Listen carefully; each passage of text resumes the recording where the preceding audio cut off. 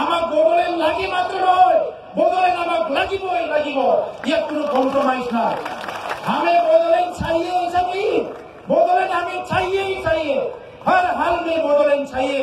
इसीलिए यही हमारा आह्वान है, यही हमारा अपील है गवर्नमेंट ऑफ इंडिया से जल्द ये बदलेन और बाकी जो राज्यों की मांग है ये मुद्दा के हाल निकलिए, इसका सोल्यूशन आप लाइए और जल्द से जल्द ये समस्या समाधान करके जिन प्रांतों में जिन सेक्टरों में अभी लोग डिप्राइव फील कर रहे हैं उनको भी अपना ये पॉलिसी में ये जो नेशन बनाने का जो पॉलिसी है, आगे जाने का जो पॉलिसी है, शांति और अमन का भारत से बनाने, हिंदुस्तान बनाने का जो पॉलिसी है, इसमें सबको जोड़ना आप लोग का काम है।